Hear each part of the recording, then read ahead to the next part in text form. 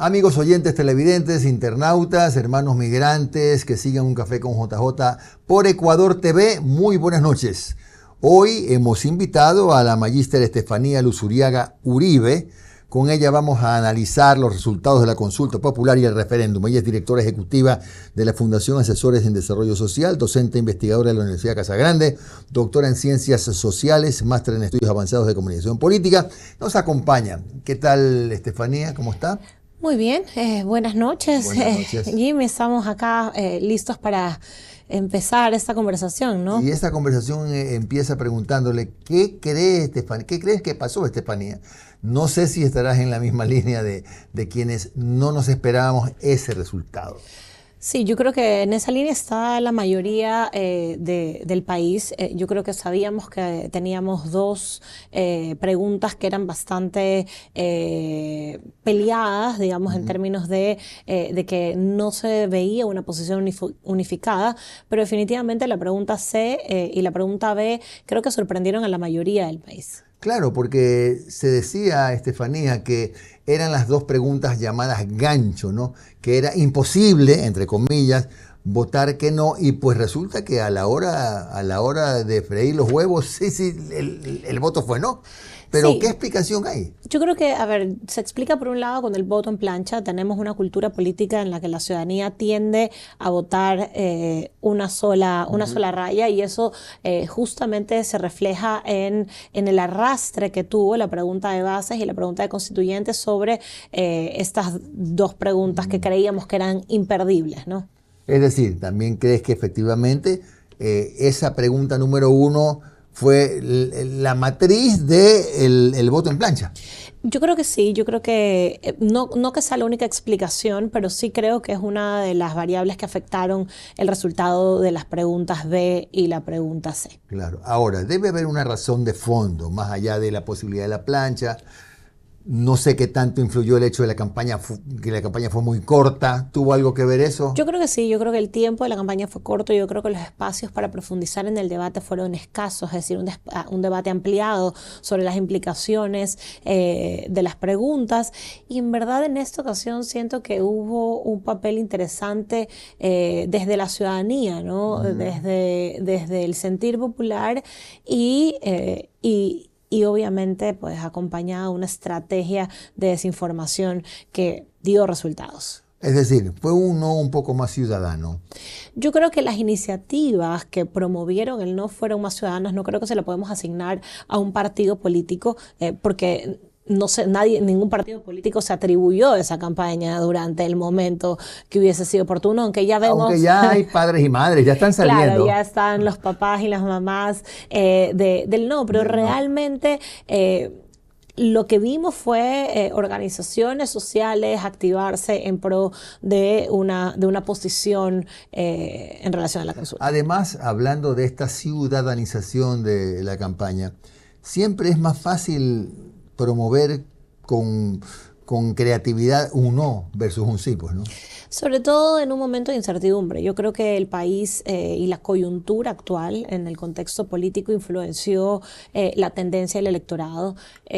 Normalmente el cambio genera incertidumbre y la incertidumbre puede ser un detractor al momento de tomar una decisión. Entonces, un poco la idea de me quedo con lo que ya conozco en lugar de optar por algo diferente. Lo que no significa que el país no quiera un cambio. Quiero hacer esa salvedad. A eso iba, porque por ejemplo, yo no sé si hoy, mañana, hiciéramos un sondeo en la calle, la gente volvería a decir no sé, porque después del chuchaque del resultado, a ver, pongámonos de acuerdo, si nosotros siempre hemos escuchado y hemos valorado y hemos visto que la gente dice ya estamos hartos de los asambleístas, que no sé cuántos millones al mes, que son muchos vagos, que vayan a su casa, y resulta que tuvieron la oportunidad los ciudadanos que votaron, que votamos, y el voto fue no.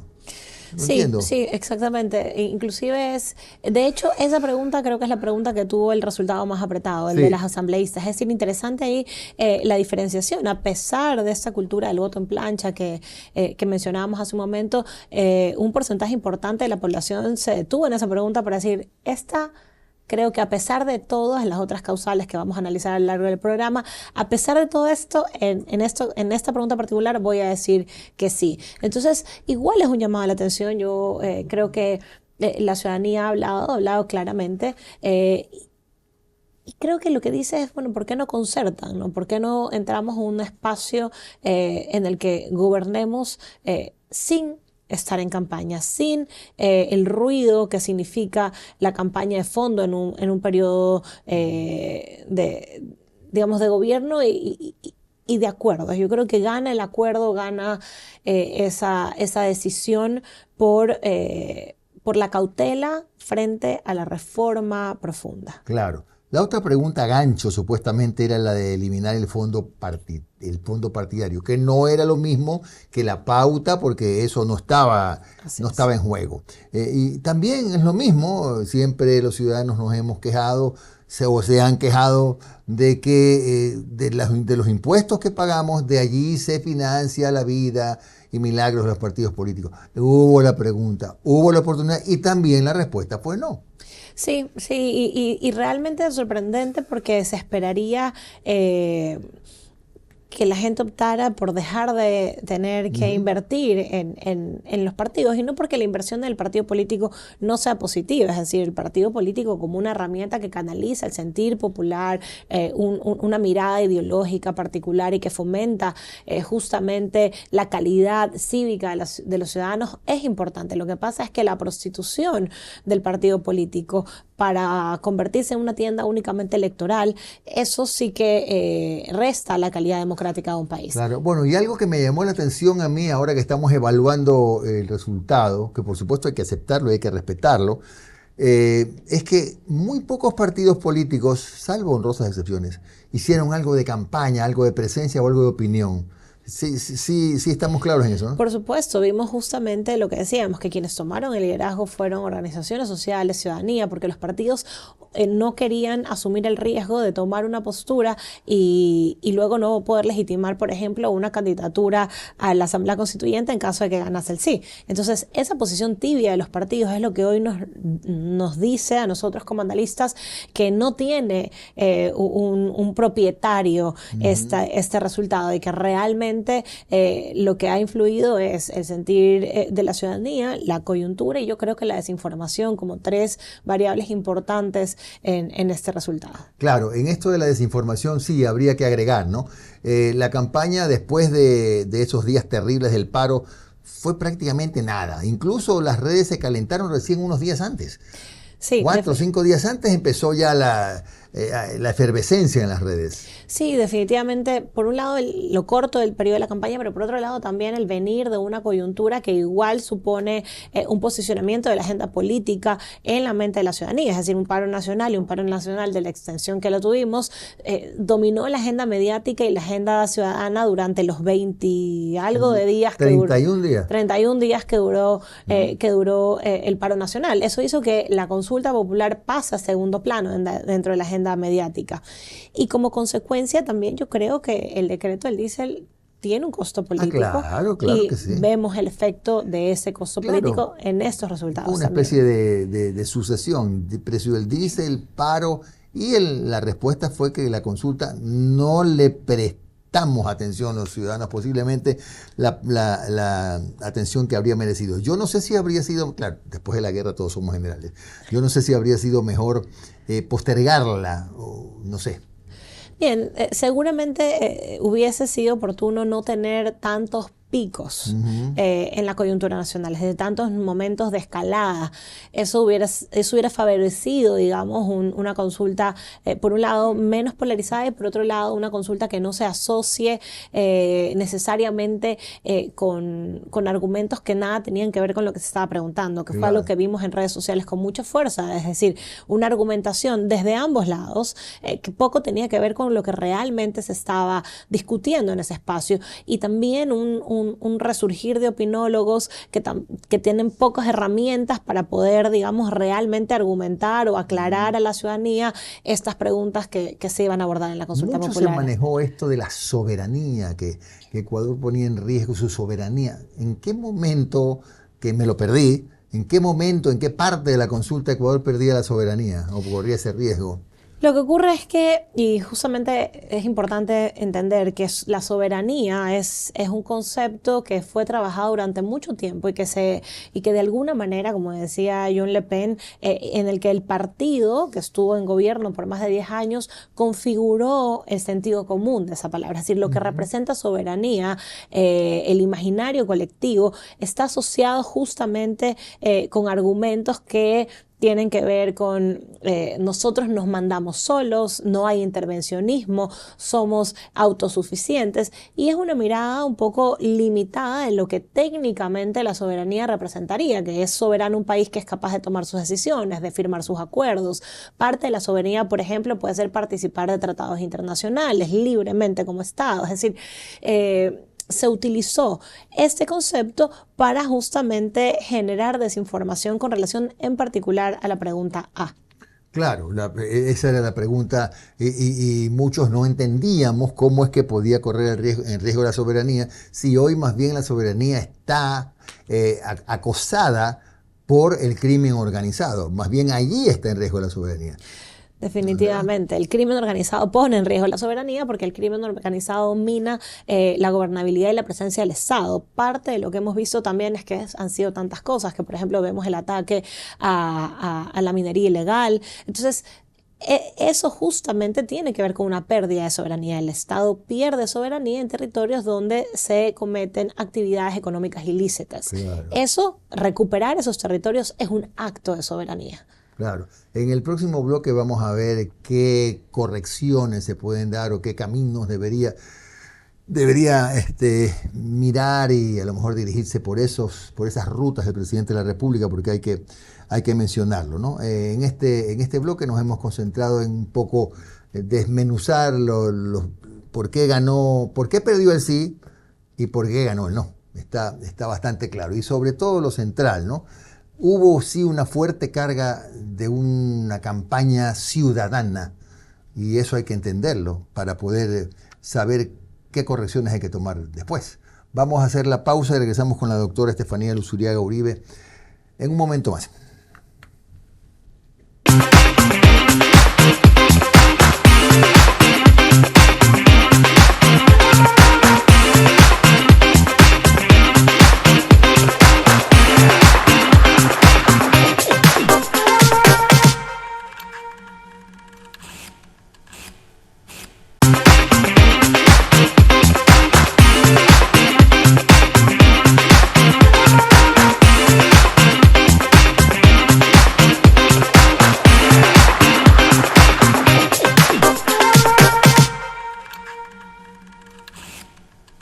Volvemos en Un Café con JJ por Ecuador TV con la doctora Estefanía Luzuriaga Uribe. Estamos analizando la consulta popular y el referéndum. Bueno, ya la cancha está marcada, ¿no? Sí, definitivamente. Ya es cosa juzgada. El Ecuador rayó la cancha. Debía hacer esto, debimos no hacerlo de acá. Ya eso es llorar sobre la leche derramada. Hay un resultado, hay que respetarlo. No necesariamente uno puede estar de acuerdo, pero hay que respetarlo, ¿no? En eso yo siempre hago la salvedad.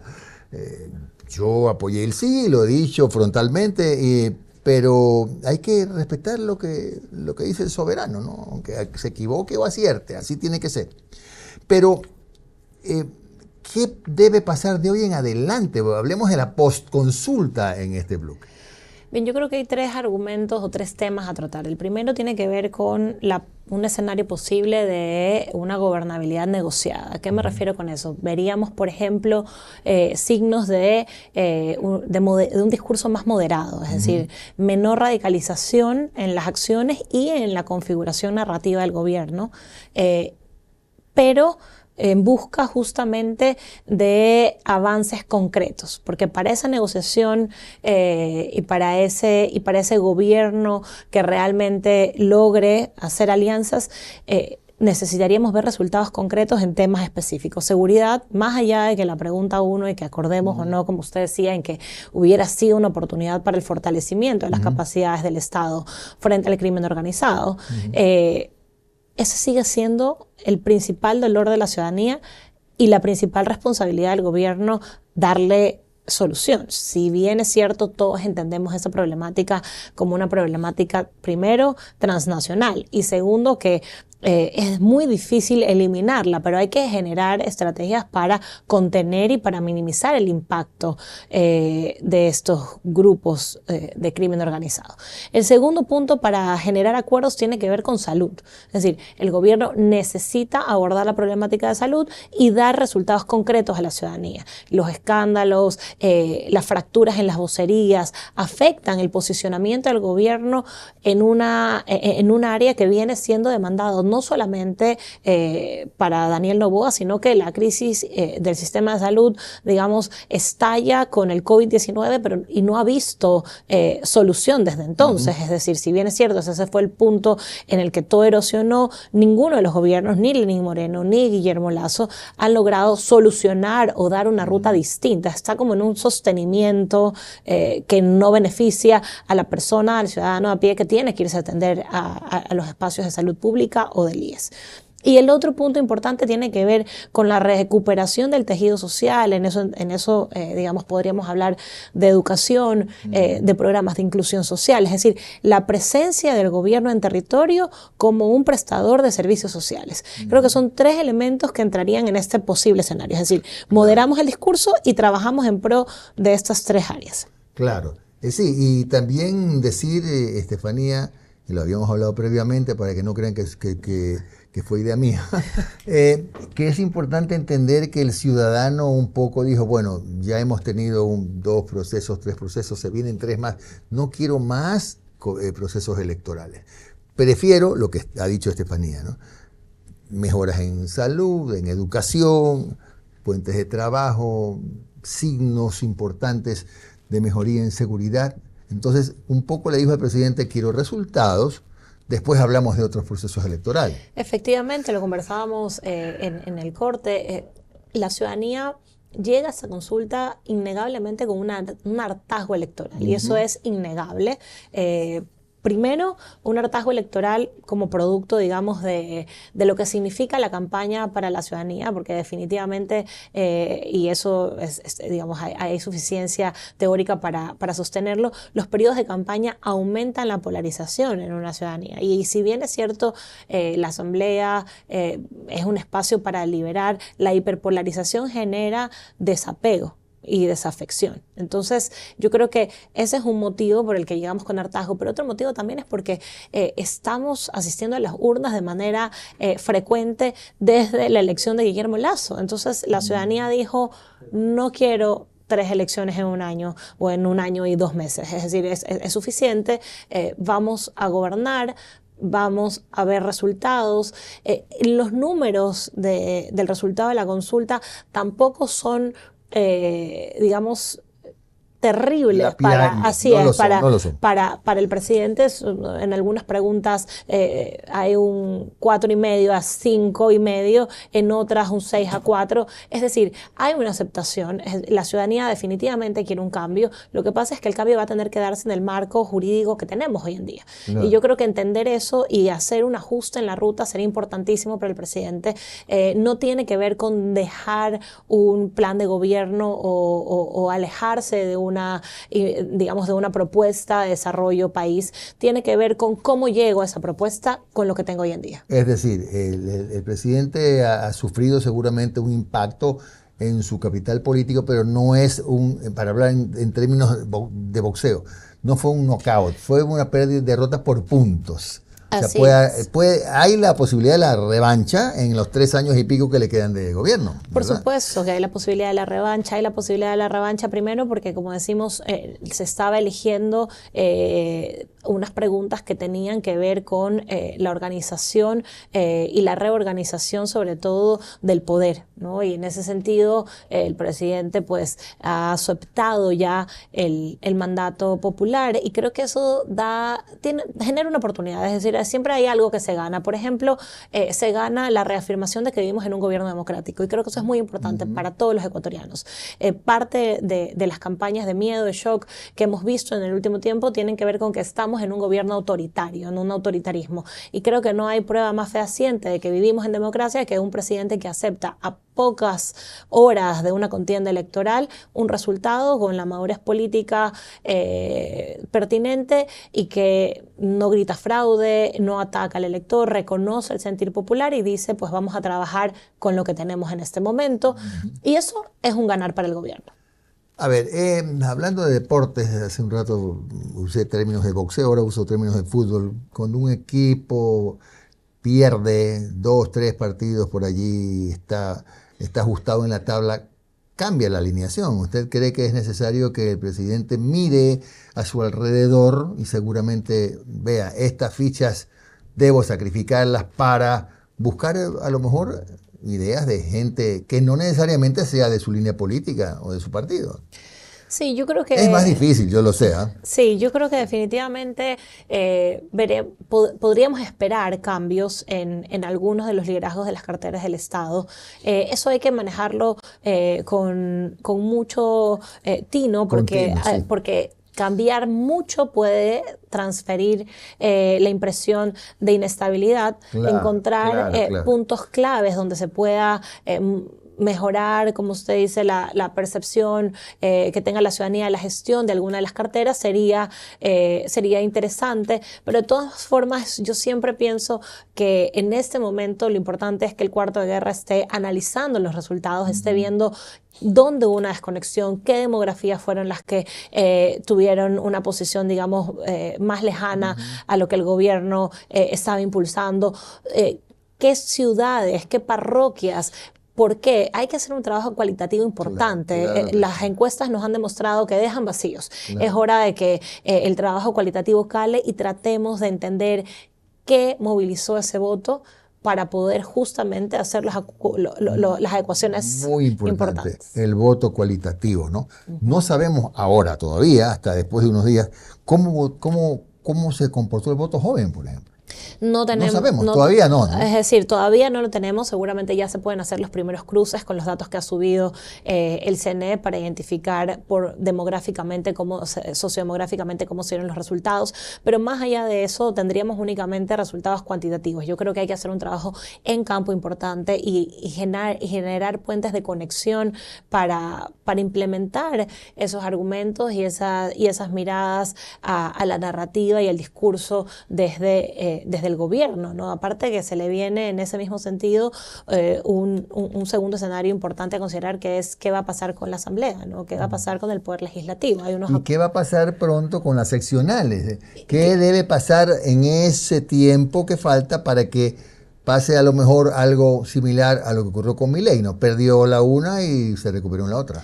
Efectivamente, por eso digo que la estrategia de invisibilizar el resultado, bajo mi criterio, sería inapropiada. Creo que hacerse cargo del resultado, entenderlo en profundidad y diagnosticar dónde están esos espacios para trabajar y para fortalecer la propuesta del gobierno es crucial de cara a la estabilidad que todos los ecuatorianos queremos. Es decir, nadie quiere entrar en un ciclo de inestabilidad y para estar preparados para las elecciones seccionales. Claro.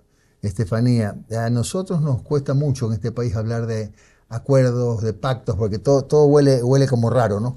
Pero ¿por qué no empezar a hablar y tratar de construir un pacto social? ¿No podría el gobierno desde su visión comenzar a compartir esa visión con otros y pensar en un pacto social? Yo creería que sería importante, como digo, el reto del Poder Legislativo en este momento tiene que ver con, uno, si se sostienen las alianzas que tienen hasta ahora para mantener la mayoría legislativa, que va a ser crucial si se quiere implementar esos cambios vía asamblea. Y por otro lado, ampliar el debate, es decir, hacer acuerdos amplificados que permitan justamente implementar estas políticas públicas que la ciudadanía está demandando. eso le beneficiaría no solamente al gobierno, yo creo que a todos los partidos y justamente pienso que este llamado de atención no es únicamente para el gobierno, es un llamado de atención para la Asamblea, para los partidos políticos, para los actores seccionales. El país está buscando un periodo de estabilidad política y gobernanza, y eso nos compete a todos, inclusive estos espacios mediáticos. Claro, claro, claro. A ver, y una cosa importantísima también, poco a poco ir viendo cómo se mejora la calidad de la vocería del gobierno, porque hay que admitirlo, el no tuvo una vocería mucho más visible, por lo menos durante la campaña. Sí, definitivamente la participación de los medios de comunicación es crucial. En la comunicación política decimos que los resultados tienen que ver con tres sistemas: el sistema de medios, el sistema político y el ciudadano elector. En ese sentido, yo creo que el sistema de medios debe preguntarse también qué rol tiene en generar espacios para todos, no solamente para el gobierno, pero para todos, que se puedan visibilizar las opiniones y que se pueda llegar a la ciudadanía. Es verdad. Bueno, siempre se nos queda el tiempo corto, mi estimada Estefanía. Gracias a la doctora Estefanía Luzuriaga Uribe, que nos ha acompañado en el análisis de la consulta popular y el referéndum. Mañana volveremos con el doctor Carlos de Tomaso para seguir analizando como corresponde, y pasado mañana el doctor Osvaldo Moreno, para durante toda esta semana revisar y entender ya no solamente por qué ganó el no y por qué perdió el sí, sino qué pasa después, qué hay de hoy en adelante. Gracias y muy buenas noches.